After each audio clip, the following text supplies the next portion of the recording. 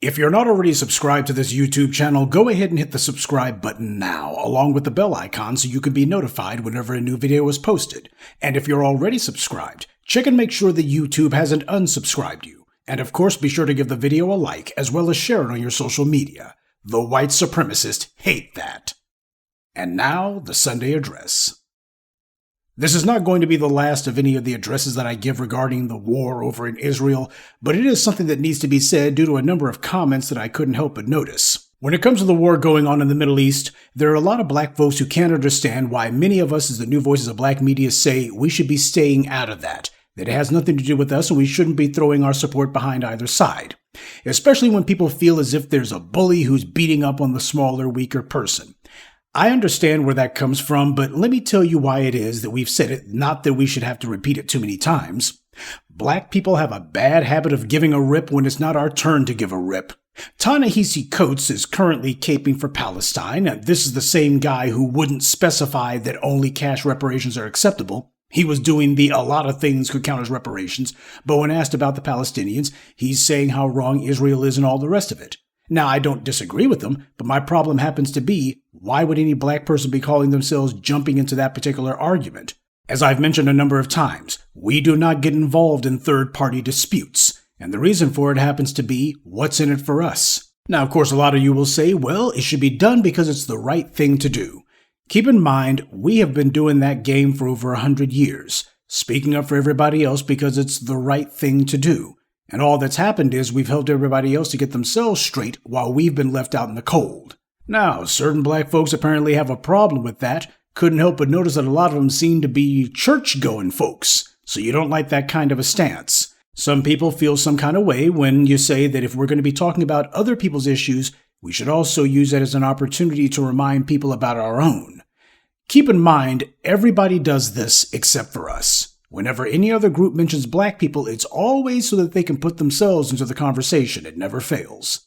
Let me make it simple for you. Even if you want to be an advocate for the Palestinians or any other group of people who you see as being bombed by some white-aligned entity, you're going to need power if you call yourself helping them.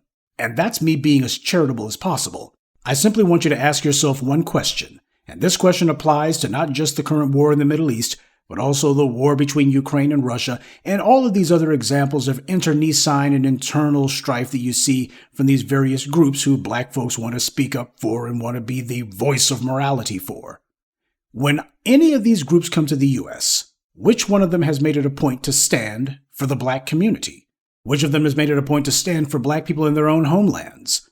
I have the exact same position on this that I have when it comes to black businesses. I support other people's businesses outside the community to the exact same extent that they support ours. If they give us a lot of support, then I believe they should get a lot of support from us. If they give us a moderate amount of support, they should get a moderate amount of support from us. But if they give us none whatsoever, or we only hear a peep out of them whenever they're in major trouble, well, that's going to be the same thing that I do. They'll hear me speak up for them, but only when I'm in a bind. What do these groups do? Do they stand with the black community, or do they instead get government support to come to the U.S., then more government support to bring their family members over here, and then they set up businesses in black neighborhoods and use the money they get from us to bootstrap their own communities and ignore ours? Which one happens? Advocacy cannot be blind and unthinking. That may sound callous to you, but in reality, it's just realistic. Altruism that only goes one way isn't altruistic at all. It's self-destructive. You have to balance the taken with the given. We've seen this pattern play itself out at least since the 19th century. You can go all the way back to the Irish with that one. The Irish were being oppressed by the British, and yet when they came to the U.S. in the 1800s, they immediately began acting like every other anti-black element here. They didn't even need a generation to start. They did it immediately, fresh off the boat. Everything from the draft riots to the Ku Klux Klan. Don't forget that Nathan Forrest was of Irish descent. The Irish largely became police officers, and when they did, they became some of the most vociferous and violent racists against black Americans. Now, these guys were doing this in the 1800s while they themselves were still suffering a potato famine, which was the reason that so many of them came to the U.S. While they were being brutalized by the British, they were carrying out that exact same behavior against black people right here in the United States. They were streaming to the U.S. in the hundreds of thousands, but they forgot all about that the second that they came to the U.S. They didn't even get independence from the British until the 20th century. But the way that Irish immigrants acted, you would have thought that they were Anglo-Saxons all along. And we have seen this play itself out with every single group of immigrants that have come to the U.S. since. There were a lot of black people who tried to make common cause with the Irish, and we tried the same thing with other non-black immigrant groups, from the Italians to Jews who immigrated during the Holocaust to Vietnamese boat people. We did it for Africans and Caribbean immigrants as well. We were making it a point to show everybody that we were concerned about what would happen to them, and we thought that surely altruism would kick in, they would reciprocate. And in every single case, they came out all right, and in fact, they threw in their lot with the dominant society. We were looking out for them, and they were looking out for themselves too. But who was looking out for us? Our attempts to show how wholeheartedly compassionate we could be for everybody else backfired because they never reciprocated. And yet, even at this late date, we still have black people who are saying, well, let's keep doing it anyway. When people say that we should take sides, say, with the Palestinians, they're basically doing the ally talk all over again. We need some more allies. Well, allyship is a two-way street. There have been people from that part of the world, Jewish and Palestine, coming to the U.S. for several decades. Now, which one has allied themselves with us, and who has instead come here, aggregated their community and resources, and then spoken only for themselves? On the rare occasions, whenever somebody does mention black, it's because they feel their numbers are too small to get something that they want, so they try to do a faux coalition thing for only a hot minute. But in reality, it's because they need all the help they can get for what they want. Rashida Tlaib, Ro Khanna, and others have done this. But when it comes to the tangibles that we really need, where are they then? Nowhere to be seen. So they only give lip service to us. Well, talk is cheap, though being a useful idiot can be quite expensive. Now, another talking point that I've seen in the comments is that Palestinians were supporting us during the 2020 protests. Look, let's get something straight. You had white people in Australia protesting the murder of George Floyd. A lot of people were doing it. For 150 years, black Americans have been inspiring and provoking people around the world to fight for change in their own lands. When you saw people getting turned up in 2020, yes, they were genuinely inspired by what we've done because the U.S. is the Rome of its day, and we have been the longest and strongest resistance movement in human history. But don't kid yourself. They weren't protesting for us as much as they were protesting for themselves because they were having the same problems with police in their own countries. But they never summoned the nerve to do anything about it until they saw us. Now we've continued our fight, but everybody else has gone back to business as usual. Everyone saw the amount of attention that the racial protests were getting in the U.S., and they wanted to see how they could connect themselves to that and find a way to use it as leverage for their own goals in their own countries. The same way people who immigrate here are only too glad to compare themselves to the civil rights struggle and black power movements when there's something they want and white power isn't letting them have it. But the moment that they think white power is going to let them get their foot in the door, they're off to sticking up for the dominant society instead. People switch allegiances and alliances over here in a heartbeat, and that only goes in one direction. Everybody wants to glom onto us. Amy Schumer, the unfunniest person on earth, was using a play right out of the white conservative playbook, misusing and selectively quoting Dr. King to fit her own narrative. Dr. King opposed the Vietnam War, but Amy Schumer used a selective quote from him where he was talking about being against anti-Semitism. Apparently, she thought she could twist it to mean, let's punish college students for opposing the occupation of Palestine. Now, the quote that Schumer was intentionally misrepresenting from Dr. King was him saying that even if nobody else wanted him to speak on anti-Semitism, he still would denounce it because anti-Semitism was wrong in and of itself. He also said a number of other things were wrong, by the way, but she left that out because she was trying to push a narrative. Dr. King's statement was telling white moderates, that is, casual racists, that moral people don't wait for permission to speak on things that are wrong. Dr. King talked about a number of people around the world who were mistreated and repressed because he was trying to create a worldwide coalition. Now, have you ever seen any of those people who Dr. King advocated for reciprocate? They only mention black people when they see a chance to shoehorn themselves into the conversation. And that brings us to the second unfunniest person in the world, Bill the Bigot Maher. Yes, he's still alive. The semi-comedic cadaver who's living proof that you don't need a brain to live. You just won't live intelligently is all. This clown has been a low-key racist for a couple of decades, but he got a major butthurt ever since those college kids humiliated him by getting him disinvited to that commencement ceremony years back. And then after the school let him come anyway, those students turned their backs on him. Now, of course, this reprobate has had many moments previously where he let the mask slip and showed his true racist colors. But clearly something about having college kids humiliate him and shun him made him flip his lid, and he's been on a tear ever since against everything progressive, especially young people who are progressives. This tells me Bill Maher has the mentality of a college kid. That's where his mind is frozen at. You can tell when he thought was his glory days. Mentally, that's where he is. He's still back in college being a frat rat. There's been a lot of people who have been busy putting in their 2 cents about this. But absolutely nobody is using it as an opportunity to say, hey, if you want to talk about people who are being repressed and abused, why don't we get the United States in order first before we start talking about morality anywhere else?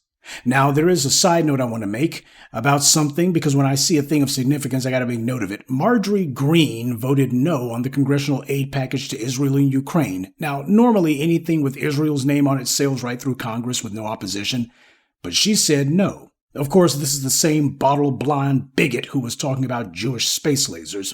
And sure, she's using the guise of opposing money to expand the IRS in the Ukrainian war as her excuse, but she's been lukewarm about putting more money into Israel. And she's not alone.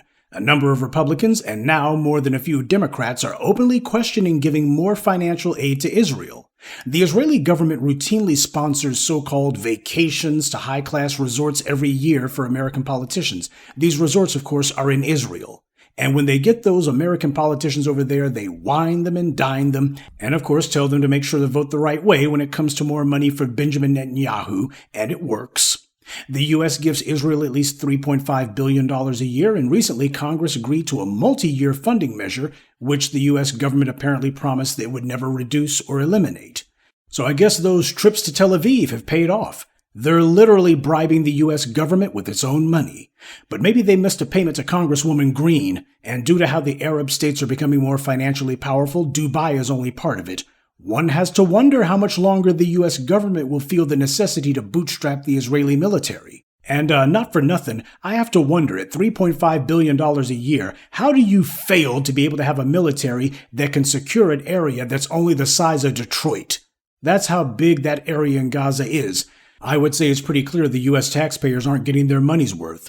I, for one, think the U.S. shouldn't be putting money into a lot of these countries. Israel certainly doesn't need $3.5 billion a year. They love to brag about how robust the Israeli economy is, how there's some sort of burgeoning tech sector. Great. What that means is they can pay full freight for their own national security now, right?